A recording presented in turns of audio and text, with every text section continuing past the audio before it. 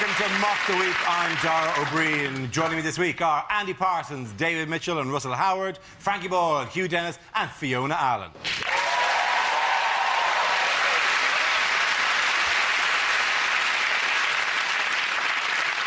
Our first round is called Headliners. Here's a picture of everyday goings-on in the NHS. But what does TFHC stand for? Is it tired fatty has cardiac? That's harsh, to be honest. Yes, it was. Is it from the Daily Mail? Is it terrible foreign hypochondriac chancer? Is it this fellow who's croaked? Which newspaper was that from? The Daily Express of 1951. Is it television fans hate Casualty? Is it transplanted face hides Cameron? Is it Trenchfoot hits Carshalton? Is it... I've heard Trenchfoot has hit Carshalton. Is it that it's a particularly wet concussion, or just people are just taking They're it just on? slovenly. They have a bath too close to when they have to be at work. That fool has chlamydia. I'll give you the T stands for Tories. Tories fight hospital cuts. Yes, that's exactly what it is. Well done, Alan. The answer I was looking for was Tories fight hospital cuts, refers to David Cameron's promise to battle Gordon Brown on the problems in the NHS as he tries to regain the initiative amid rumours of an autumn election. OK, in what way did he threaten Brown with the NHS? Threatened him with a bare-knuckle fight. It's exactly the phrase he used. Such It seems a really insensitive phrase to use, isn't it? But it's such a schoolboy thing, isn't it? Yeah, he'll need more hospitals when I'm finished with him. Yeah, and you just know Brown's going to turn up just with like a big lamp. You go, yeah? Do you want it, you bitch? They were lying, Gordon, they were lying. You think Brown turns up for a fight with a lamp? I don't know why I said lamp. Yeah. I would have accepted a baseball bat, I meant to say lamp bicycle post. chain. It's not called a bare-knuckle and lamp fight.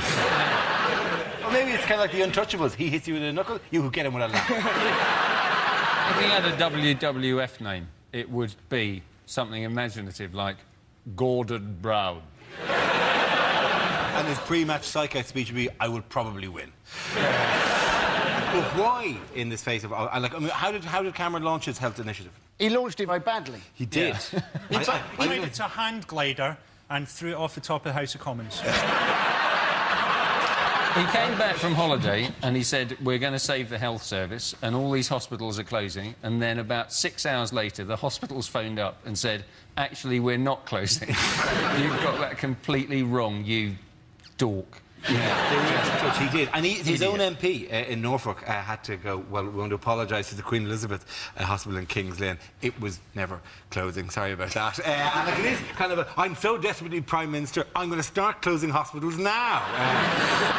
It's so ridiculous. He's come back and he's launched this thing called the Public Services Policy Review to gain the initiative back from Labour. Like anybody is remotely interested in a document called the Public Services Policy Review. If they wanted someone to buy that or look at it, they'd have had to call it Harry Potter and the Public Services Policy Review. And at the end, one of the Weasleys would die on a trolley, having been left there for 36 hours. That's how that... There's a thing, isn't there? They want to make doctors now work more evenings and weekends. Yeah, GPs, yeah. But surely the only point of going to the doctor is that you get to take time off work. That's the point of it, man. If you're lucky enough to get genital herpes or irritable bowel syndrome, that can be an extra fortnight off a year. What a fantastic advert. Are you feeling squiffy? Do it on a Monday.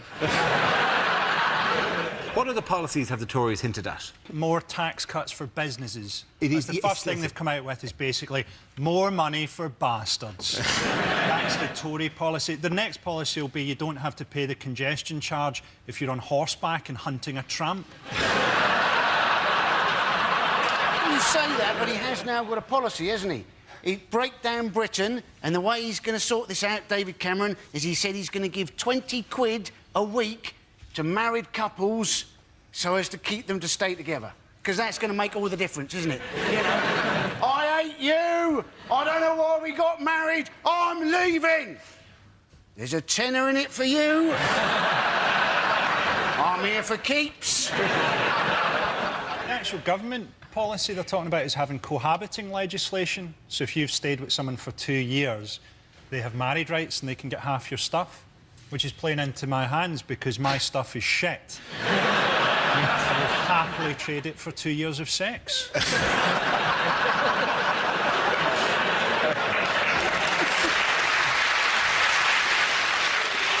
How has Blue Peter managed to upset the Tories this week? Have they changed their name to Red Peter? They have not. No, they have not. No. Is Connie Huck? It is Connie Hook, yes. Does she hate him? I don't know. No, she doesn't hate him. No. Yeah, I tell you who doesn't hate Connie Huck, hey, Dara? She's a good girl. Hang on. Don't mess with the hook. What does that mean? Do you fancy her? He dresses up as her, I've seen him do it. He dresses up as her, I've seen him. He winks at you. Kids TV kind of thing, and I quite like... she's getting dissed Right, at so the you moment. do then. Yeah. I'm just saying she's He good, loves her, right? he loves her. And, no, Look at him squirm.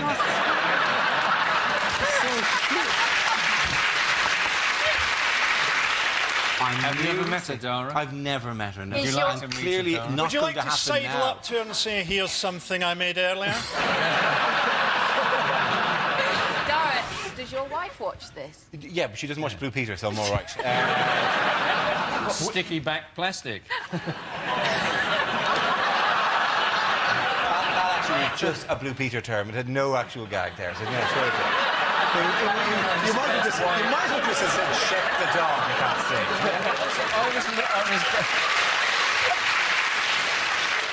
And you know why Blue Peter got grief off the Tories?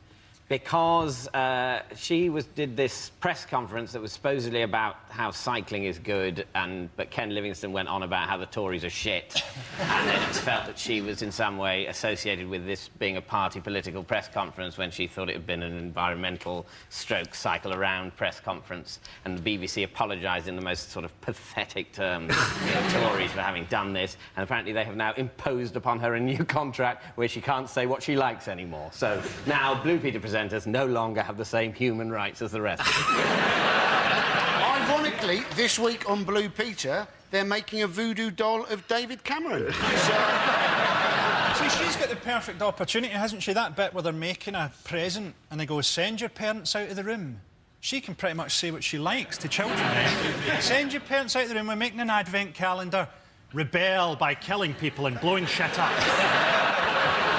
That's why you don't work in kids' TV, Frank.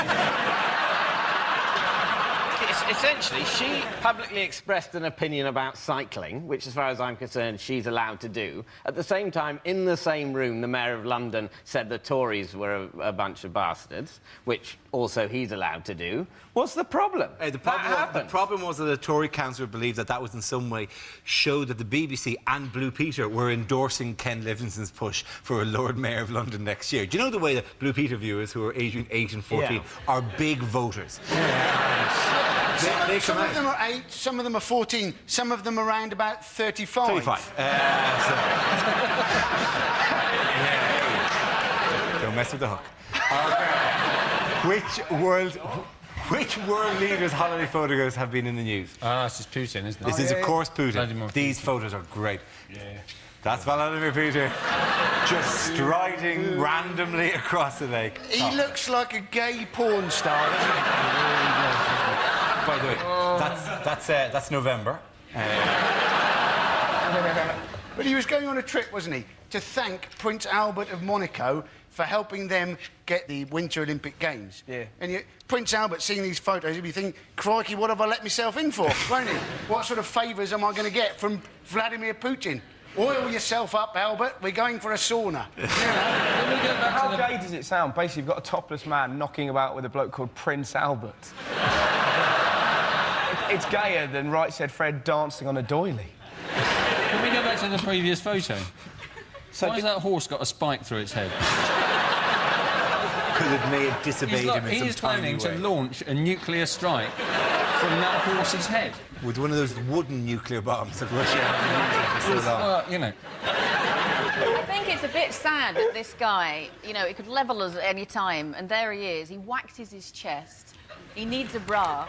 He's just quite scary and He very... looks He's cool. frightening. He would snap me like a twig. That's what I want to see in a leader. Someone who can crush a man's head like a beer can. I would like to see John Prescott in a series of similar photographs. He still gets a hard time about the whole Litvinenko thing, doesn't he? But I just think Litvinenko wasn't a very good spy if he doesn't know not to accept a glowing cup of tea from a glowing teapot from a man who appears to be wearing a spacesuit. I was going to make jokes about Russians all being gangsters, but some Russian people spoke to me, and all I'd like to say is I'm looking forward to Chelsea continuing their great start to the season and the safe return of my pregnant wife.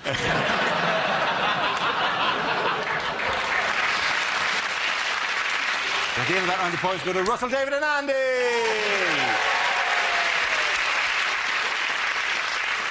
Now we play a round called Harry Potter and the Wheel of News. This game involves Hugh, Andy, Frankie and Russell, so if you could make your way to the performance area, please. This is where we test our performers' stand-up skills. We spin our news generator. It settles on a topic, and anyone can volunteer jokes about the chosen subject. OK, here we go. Let's spin the wheel. The first subject is alternative medicine. Can I have a volunteer to talk about that? Andy. Apparently, a lot of people trying to get into therapy at the moment. Other people knocking it, saying, you know, oh, well, you should just lose your inhibitions, talk about your problems to your friends. I thought I'd try this. I talked about my problems to my friends for a whole hour. Lost my inhibitions, also lost my friends. I now tell my problems to taxi drivers. 2 advantages in this. 1, it stops the taxi driver from telling you his problems. And 2, it's amazing how much quicker you get to your bloody destination. Well done, Andy Parsons. OK, let's spin the wheel again. The subject is the media. Who wants to come into that? Russell.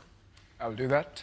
I'd see, you know, the way I like getting the news is Radio 5 Live. It's fantastic, 'cause it's just news and nutters, isn't it? They'll read out, like, that was the Pope's view on abortion, and then, hello, Felicity Puddleduck here, livid and ill-informed. I'd just like to say those harlots should give birth to their children aged 2 that charged you to national service. I'm off to bake a cake. And sat there listening, and then the next night, David, are you out of your mind? Cloning? Think it through. 2 versions of me. Want to go out and commit a crime? Who gets blamed for it? Me! I'm doing it 20 Street. He's banging my wife. Where's the justice? And you sat there listening to these nutters, and then the most ridiculous story. A man in Bristol's found the face of Jesus on a crisp. And suddenly, I couldn't believe it. I opened up my Frazzles. There he was! Russell Howard. OK, the leads are Hugh and Frankie. The next topic is sport. Do you know, I've heard a rumour that horse racing may not be completely honest. It's unbelievable, isn't it? But how do you stop the corruption? Well, one solution may be to call horses something like mafia-backed second favourite. Because if everyone did that, everyone would be confused, no one would know who to bet on, and the whole thing would be fair again. And often the first to show is blatantly bribed, followed by mafia-backed second favourite. They're just ahead of Dope to the Gills, Mysterious Limp. And just behind them, Out for a Canter, and I'll fall at the 5th. And as they come to the 5th, I'll fall at the 5th has fallen. I'll fall at the 5th has fallen at the 5th in a magnificent display of cheating. And they're coming into the final furlong. Mysterious Limp is slowing. Out for a Canter is clearly struggling, but coming through strongly is mafia-backed second favourite. And as they cross the line, mafia-backed second favourite has won it, which is remarkable, seeing as he has no head. That's been left in someone's bed for tomorrow morning. Well done, Hugh.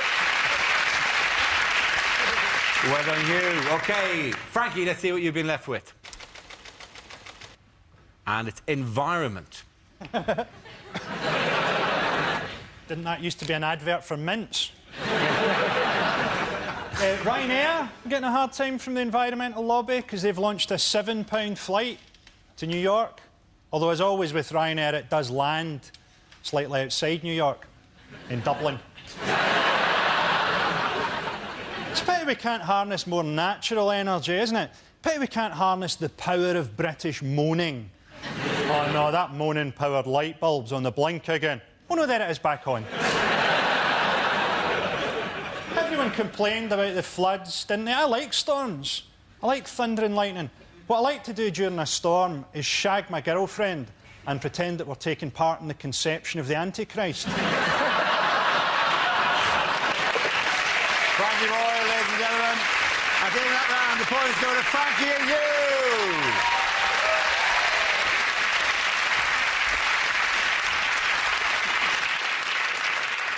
OK, this round is called, this is the answer, what is the question? On the board are 6 categories. David, which category would you like? Education, please. OK, your category is education. The answer is 25 in a row. What is the question? How many green bottles are standing on Charles Kennedy's windowsill?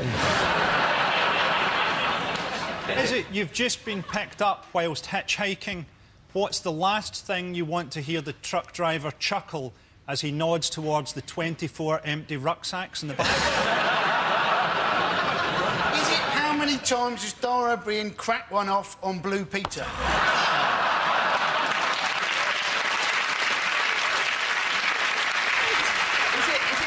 It was unfair to draw her into a political battle. I was not going to have an obsession with the woman or something. Can a man not form an unnatural attachment to someone they've never met on the television without it resorting to masturbation jokes? He's just made a little shrine. Little shrine. And can I point out, stop writing Dara fancies Connie on a piece of paper.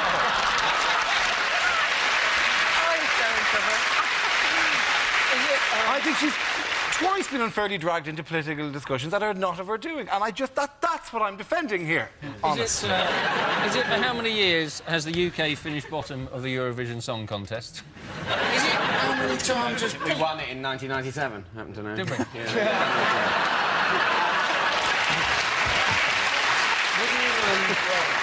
So, that shoots you down, my friend. Would you like to sing us that song, David? Well, I would, but unfortunately a court order says I mustn't. It was Katrina and the Waves, actually. Is it how many times does Victoria Beckham throw up during lunch? Is it how many letters are there after A? Is it Cliff Richard has had 25 top 10 hits? How many were shit? Is it how many researchers from GMTV won phoning competitions last year?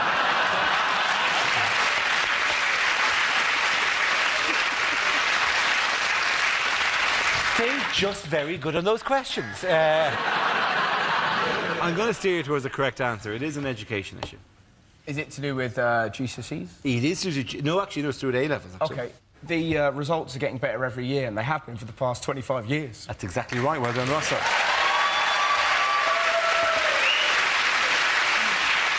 Yes, the question I was looking for is for how many years have this country's school exam results been improving? This is the news that in 2007, the UK's school exam grades have improved for the 25th successive year, with record pass rates and more pupils getting the top marks, leading to calls from some quarters for the exams to be made more difficult. Well, what's amazing about it, no wonder kids are so disaffected in this country. Like, they get the best results ever. And how do we respond? Do we say, well done? No, we go, well, they're getting easier. In my day, you had to write 50 essays in an hour, and a man poked you with a stick. If you got one wrong, they killed your mum. Now get out of my room. And you sat there going, just back off, Grandad, I'm cleverer than you. You do put young people in this country in a ridiculous catch-22, where all the coverage is about how stupid young people are, but you give them one chance to shine, and then they all work really hard and get A's, and then you tell them it's further proof that they're stupid. What this is a massive argument in favour of is a huge cut in funding for education. Rather than making the exams harder, let's just make the pupils stupider. That's a very good point. Clearly, too much money is going into education. You're educating them too much at this stage. People say that education's screwed, and then at this time of year it becomes clear that it's actually too good. Better than we need. The thing is, though, everyone gets to go to university now anyway, because everything is a university. It used to be you'd turn up to do a gig in a uni and you go, didn't this used to be a polytechnic? And now you turn up and you go, wasn't this an all-night garage? Wasn't this a swimming pool last year?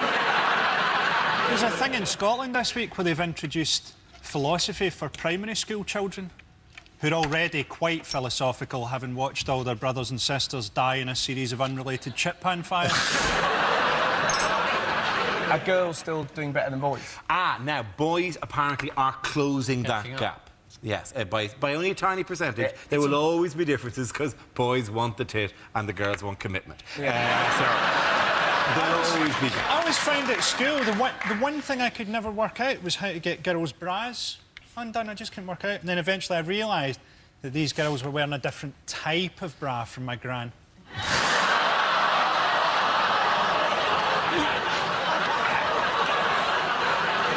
It would be a good idea to get kids more in tune with what goes on in life, isn't it? I can remember spending a whole day finding out that woodlice quite liked dark, damp conditions. I have never been able to use that piece of information in everyday life. Yeah, and- When you're there in your flat, aren't you? Your girlfriend's left you, you've lost your job, there's flood water lapping round your ankles. It's going to be little consolation to you that you know woodlice would quite like these conditions. I swear for 5 or 6 years in a row, they explain autumn to you every year during the autumn.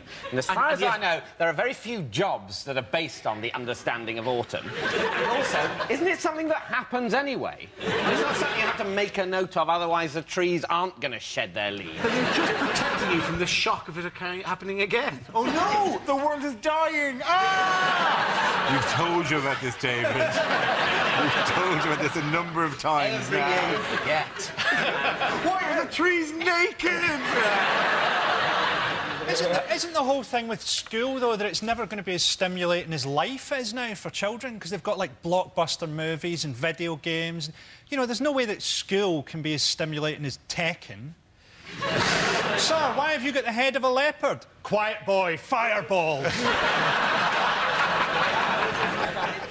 OK, which British sportsman will be looking for a new job soon?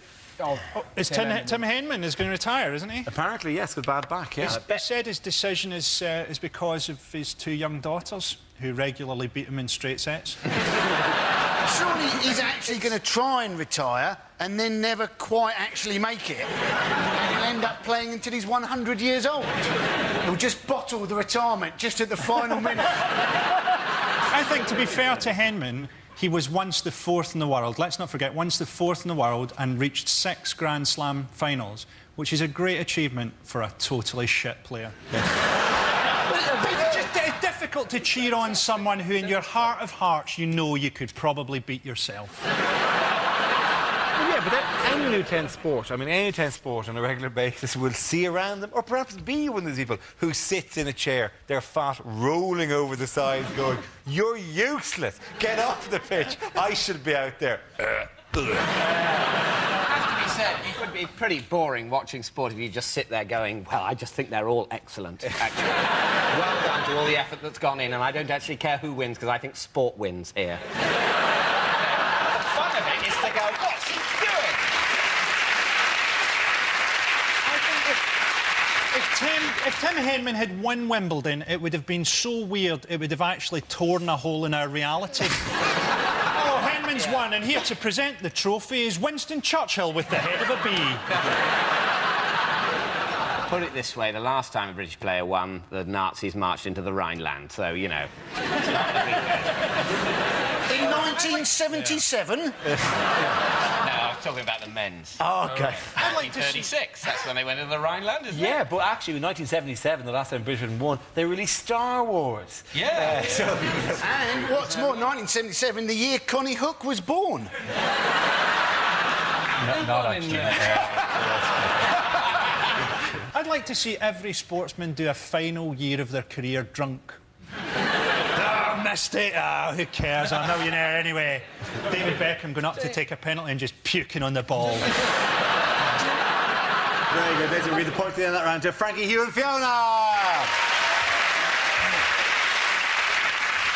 Now we come to our final quickfire round called Scenes We'd Like to See. This is for everyone, so if you could make your way over to the performance area, please. I called ideas for scenarios we'd love to see, and the performers come in with their suggestions. OK, here we go. The first subject tonight is bad things to hear on an airplane. In the event of the cabin decompressing, oxygen masks will drop from the ceiling, and untangling them will annoy you before you die. Well, Well, if you look out of the port side window in just a minute or so, you'll see me. Bye. That's the first cloud I've ever seen with a ski lift on it. The only thing less likely than surviving crashing into the sea is the Coast Guard hearing the whistles on your life jacket. Oh, hi. I've got a hobby farm. Would you like me to tell you all about it for the next 9 hours? Louisa and her in-flight team will be looking after you today. And your hijacker's name is Ibrahim. Hold on! I've just entered us in the Red Bull Challenge!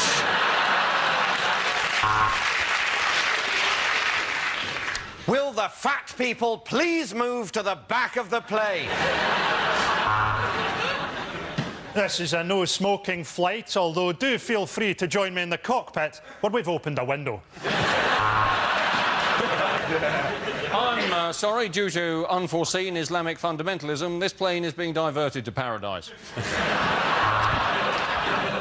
Punch it, Chewie. OK, the next topic is the worst person to be married to.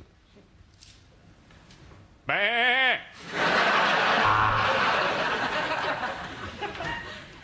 I love you lots. Oh, let's see what Mr. Tiddles thinks of you. What do you think? Die, bitch!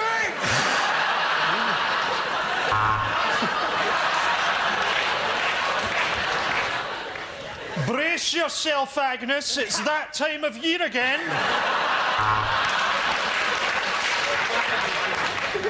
These are my late rabbit's ashes. Say hello. When I said I was a positive person, I meant HIV.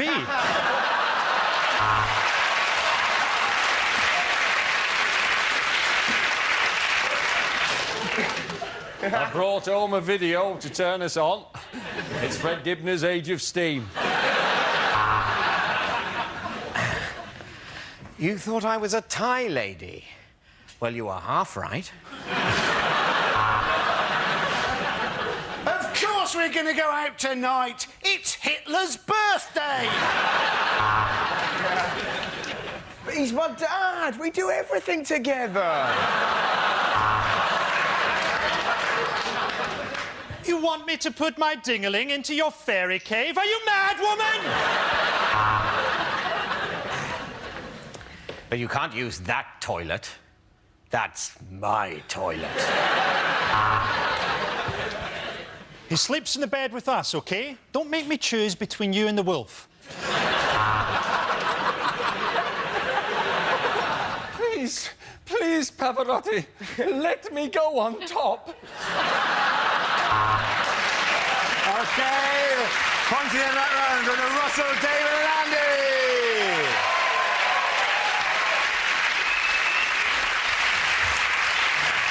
And that is the end of the show. This week's winners are Frankie Boyle, Hugh Dennis and Fiona Allen.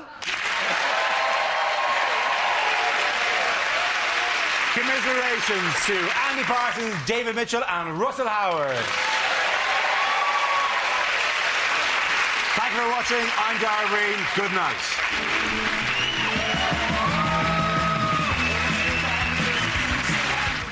He's back on BBC Two, A Man with His Heart in the 70s. Steve Coogan as Saxondale next.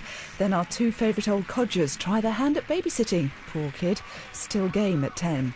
And you can download Russell Howard's latest podcast now from bbc.co.uk/6music.